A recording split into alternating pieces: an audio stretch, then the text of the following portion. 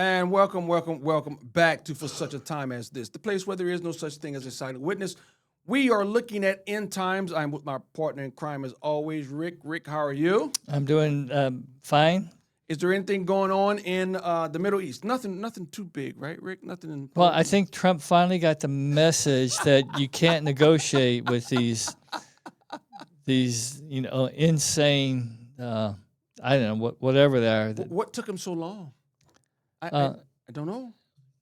Well, I guess he finally got the point that you can't negotiate with them, but they delay so they can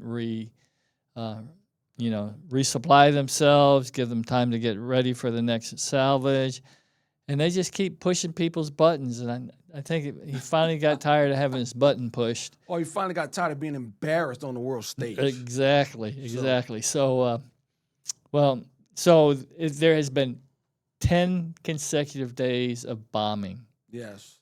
And the war is back on. Today's July 21st. We're taping. This will go up later on today, July 21st. And it's been 10 days, as Rick said, of nonstop bombing. We're going to have updates, and then we're going to go over our spiritual topic, which is the two Yahweh theory. We'll look at it. But before we get to that, let's go to the first update. Here we go.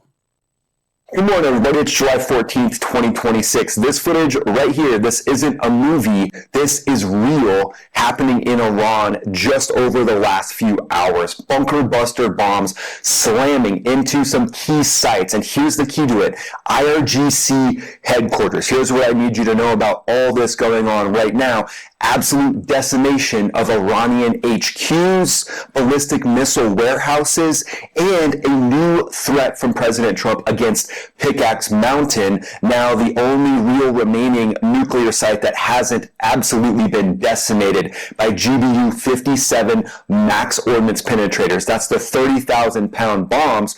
But the strikes that we're seeing right here, basically the entire sky engulfed in flames, especially this one right here, looking like this is Desful, near Desful, Iran, a 5,000-pound bomb likely going in and doing this job. I mean, this is such a big explosion. This could literally be a Moab bomb, but the Moab bomb wasn't made for penetration. The Moab bomb is a 10,000-pound bomb. This looks more like a 5,000-pound bomb going in. Absolute decimation of IRGC headquarters. I mean, basically Armageddon for the IRGC at this point. And we've talked about this on the channel before.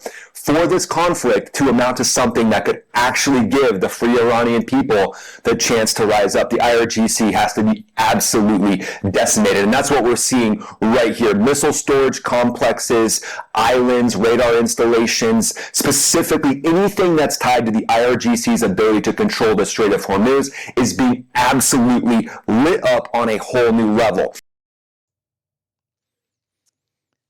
So, what's going on here is, I don't know why this waited so long, but they just bombed with bunker busting bombs a major headquarters for the IRGC. Why didn't they do that earlier? I don't. Maybe they just I don't know why, but because they launch missiles from there. They have an underground warehouse storing these missiles. You saw the huge secondary and third. Plumes of fire and smoke, and that means that there's missiles and ammunition and stuff down there. I mean, that looked like a Holocaust. And that was so big. The question can be big. Why wasn't that first? I don't know. I don't know either. So, and that's right. It's right halfway between the Strait of Hormuz and the top of the Persian Gulf. So that's they can bomb Kuwait from there and Bahrain from there. So I don't know if that's going to stop any more missiles from going to our bases in Bahrain and Kuwait. But huge explosion, catastrophic explosion. Okay, let's get to our second clip. Here we go. When Ahmadinejad was invited to a conference on climate change in Budapest, Hungary. The conference, in fact, served as cover for secret talks between Ahmadinejad and Israeli intelligence officials. Despite concerns about potential damage to his own reputation, he agreed to invite Ahmadinejad, the guy who invited him. Okay, blah, blah, sorry. Former American officials said that former Mossad head David Barnea personally traveled to Budapest in order to meet with Ahmadinejad. This is wow. From calling to wipe Israel off the map in public for 8 years to meeting with the head of Mossad. In the years that followed, Israel made several secret payments to a spokesman for Ahmadinejad, and Israeli agents met with him several more times before the beginning of Operation Roaring Lion. Now, his home was hit in February, but apparently he was picked up by Mossad operatives and taken to a secret safe house. After his home was struck on February 28th, he eventually left the safe house for unclear reasons and was not seen again until making an appearance at former Supreme Leader Ali Khamenei's funeral last week. According to senior Iranian officials, he has been taken into custody by the IRGC's intelligence wing and placed under house arrest. Mossad officials declined to comment to the New York Times. According to a former associate of Ahmadinejad, he would not have worked with Israel for money. He would do it for power. He wants to be at the helm of power, according to this New York Times piece. He wanted to be the man in Iran, and he was disqualified 3 times in Iran's presidential race, had become distrustful of the Iranian system. Apparently there were some tensions between he and Khamenei that built up. He was frustrated and resented members of Iran's regime, including Khamenei, and he would, if he was going to take the lead in Iran, according to this piece, he would have had Iran join the Abraham Accords and normalize relations with Israel. So Ghalib right now is the president of Iran. He's supposedly right under Khamenei as far as power. And Ahmadinejad back 10, 15 years ago, I forgot the exact number of years, he was in the same position that Ghalib is right now.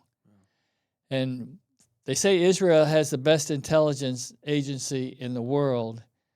And how they got Ahmadinejad into their inner circle is breathtaking, amazing.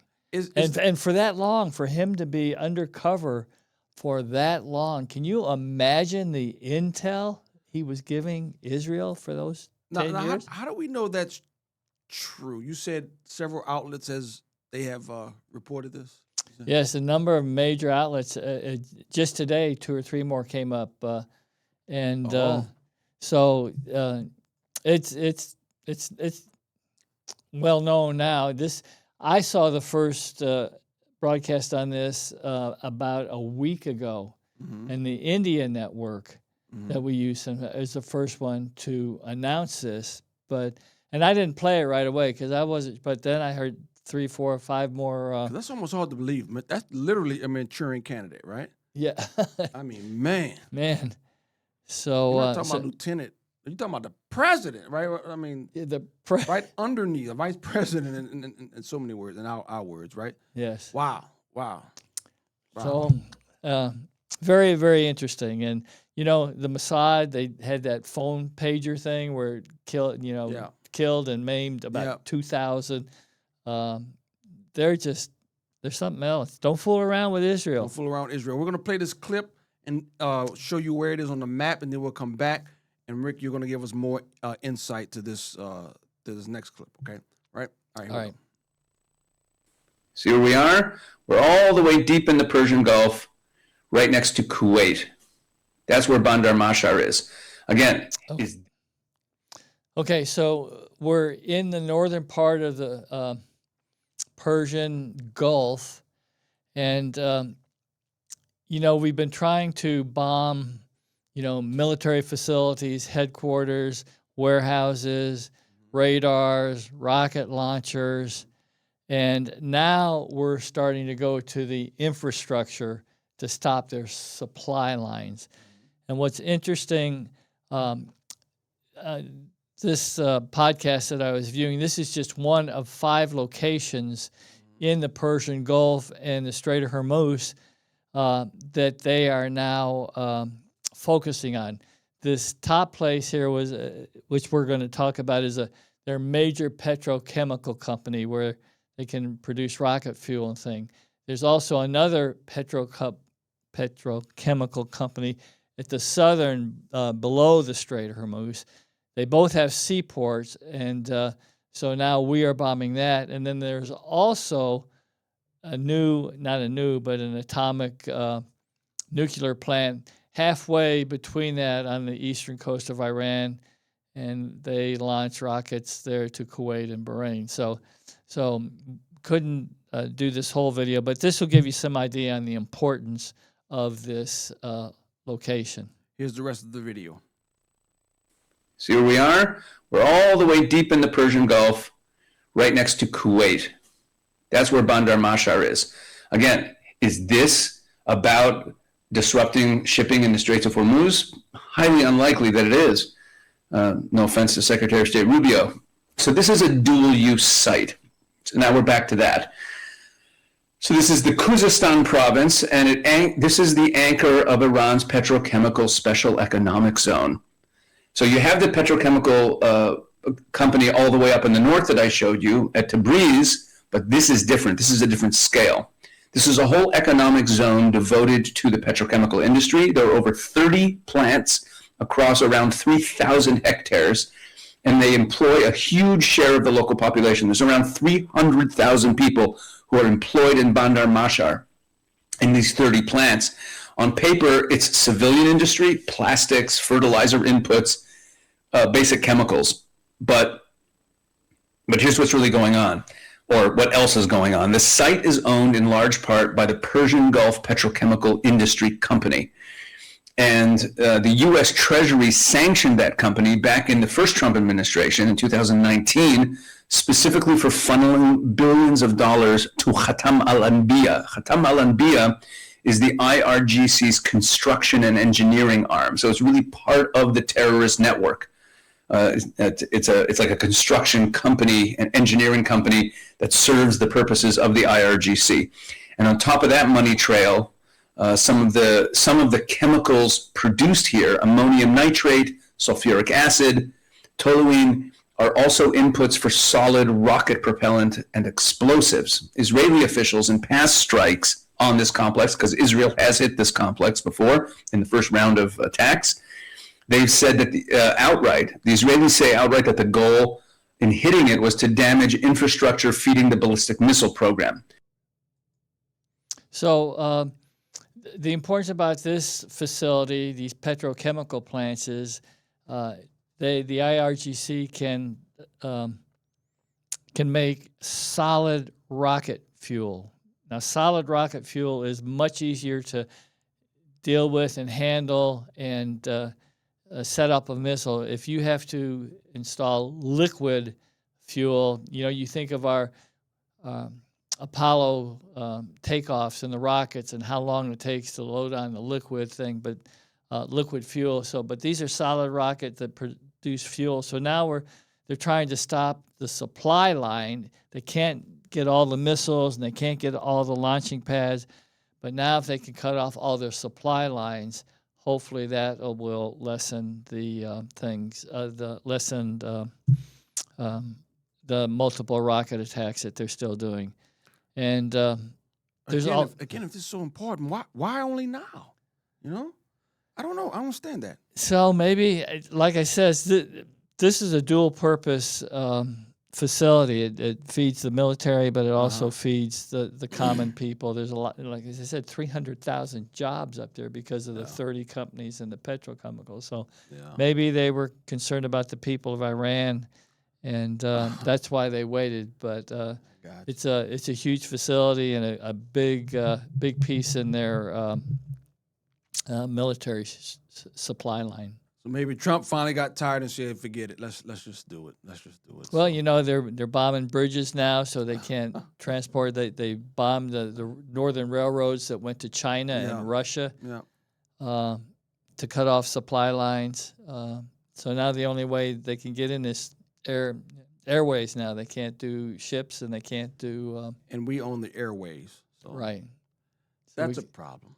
for them. You know what, Rick? I don't know about you, but it's starting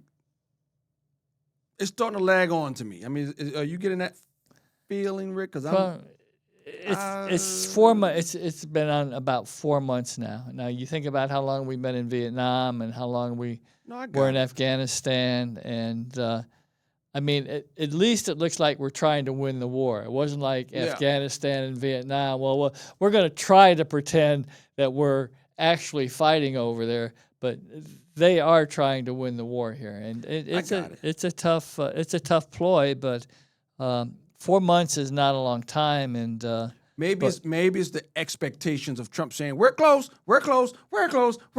saying that for 60 days. You finally get close. You finally get some pen to paper. How long? 2 days, 3 days did it last before they start bombing again? Tankers. I think it was 3 days, and that was it. Oh my God. So, maybe that's what it is. Maybe that's what it is. That's what it is. But managing expectations. All right. Here's the last update from the Middle East video. Here we go. 1 mile south of Iran's Natanz nuclear facility, underground inside a mountain. The Iranians call it Ku'e-Kolan Gazla. The world calls it Pickaxe Mountain. Now, here is where it gets interesting. This is not some hastily dug bunker, no. Construction here began back in 2020, years before this latest war even started, and latest satellite images obtained by the Institute for Science and International Security show vehicles and construction crews reinforcing tunnel entrances at that particular site. How deep does this go? Well, analysts estimate the tunnels may run 260 to 330 feet into solid rock. That is deeper than a 25-story building buried sideways into a mountain. Engineers have identified tunnel portals to the west, east, and south of the site, with a security wall now built around the entire perimeter. And this is the chilling part. The International Atomic Energy Agency, the world's nuclear watchdog, has never been granted access to this site, and its exact purpose has never been officially confirmed by Iran. Years of construction, viewers, but zero inspections. So what changed to bring this back into the headlines? While Iran's 3 declared nuclear sites, Natanz, Fordo, Isfahan, remain in ruins after the war, with personal entrances destroyed and vehicle entrances still severely damaged, this Pickaxe Mountain tells a completely different story. Fresh imagery shows vehicle activity on roads leading to the open western tunnel portals, construction inside the complex, and hardening of the tunnel entrances are ongoing. I'm sorry, Rick.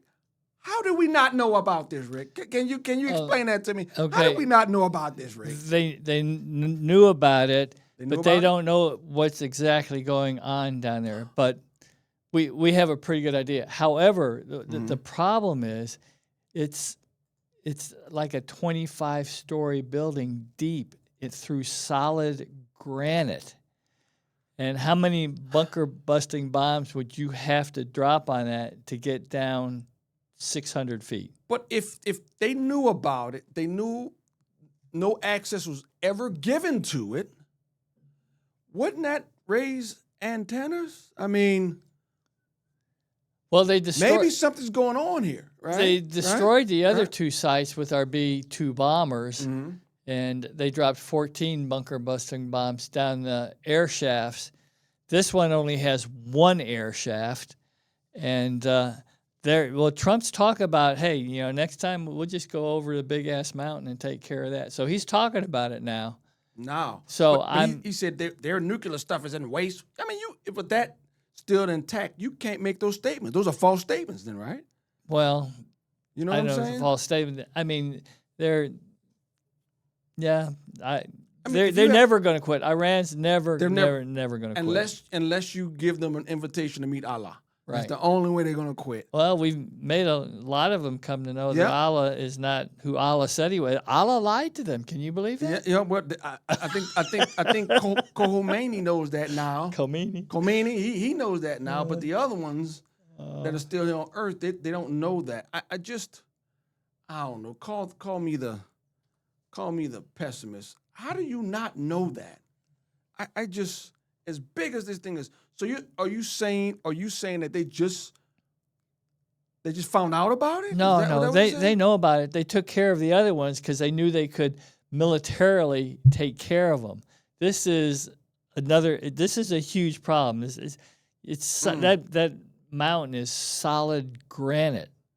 Can you imagine drilling through or dropping a bomb through solid granite? So Now, what can they do to it now to get to it? So they have. I think they have to go down the air shaft just like they did on the last where they destroyed. I forgot the name right off the top. Yeah, of they said it went down. They dropped a missile down the air shaft on the last one, and that's how they got it, right? Right. So I don't think they're going to get to it any other way. And they're doing a lot to keep the air shaft from being shown. But they're talking about it now. So Okay.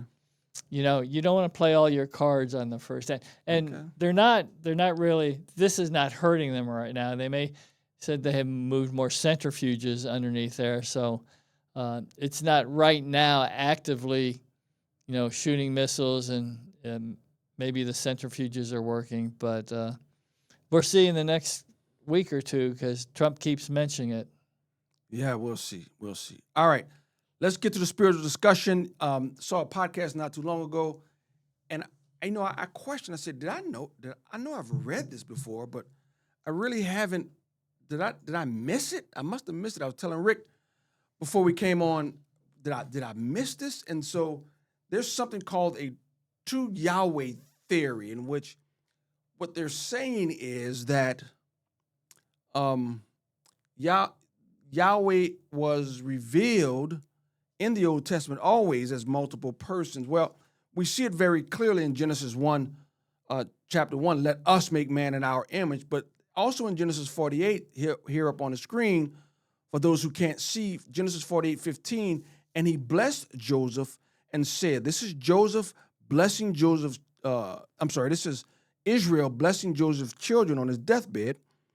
He says, and he blessed Joseph, Israel, blessed Joseph and said, the God before whom my fathers Abraham and Isaac walked, the God who has been my shepherd all my life long to this day. Verse 16, the angel who has redeemed me from all evil, bless the boys, and in them let my name be carried on in the name of my fathers Abraham and Isaac, and let them grow into a multitude in the midst of the earth. So you have the God up in 15, the God who has been my shepherd all my life, and then in 16, and the angel who has redeemed me from all evil. He's talking, I believe, the angel that appeared to Abraham in Genesis 19 or 18, right before he goes to Sodom and Gomorrah, right? I believe it was the same angel who wrestled with Isaac, right before, Jacob, right before he goes over the brook to meet his brother Esau. I believe it's the same angel that's going to tell Moses, take off your shoes because the ground you're standing on is holy ground. But you see this all throughout. You see it in Isaiah. You see it in Exodus. You see it here in Genesis. Yahweh seems to be revealing himself in multiple persons. And so when Jesus steps on the scene, and John writes, in the beginning was the Word was with God, and the Word was God, that's nothing new to the Scriptures. Looking back from the New Testament, we can see that. That's nothing new, but the argument is being made that the Jews in Jesus' day knew it also. So that wasn't news. To say that Jesus, the Word of God, the Son of God, is deity, they're saying there's a thought that is saying that wasn't anything new. It was in their rabbinic writings, and they knew it. So I don't know what rabbinic tradition was, but it does seem to be clear that the scriptures are clearly revealing more than one person's speaking as Yahweh in the Old Testament. Rick? Yeah, the rabbinical teachings and the Sadducees and Pharisees, it's not what they said. It's like the mainstream media today. It's what they don't say, and what they don't talk about Isaiah 53. They don't talk about Yahweh in the Old Testament. That's embarrassing to their position. You can clearly see the Trinity in the Old Testament, and they ignore that. So, they're not good shepherds, and that's why the majority of the Jewish nation is blind, because they keep the truth from them. They keep the truth from them. But yeah, I think God has been very clear, very clear. All right, we're running out of time here. Thank you, Rick, as always. Thank you all for listening. Thank you all. And remember, look forward to where's your help come from. Look toward heavenwards. Rick, thanks again. Thank you all Pastor. for listening. Thank you all. Until next time, God bless.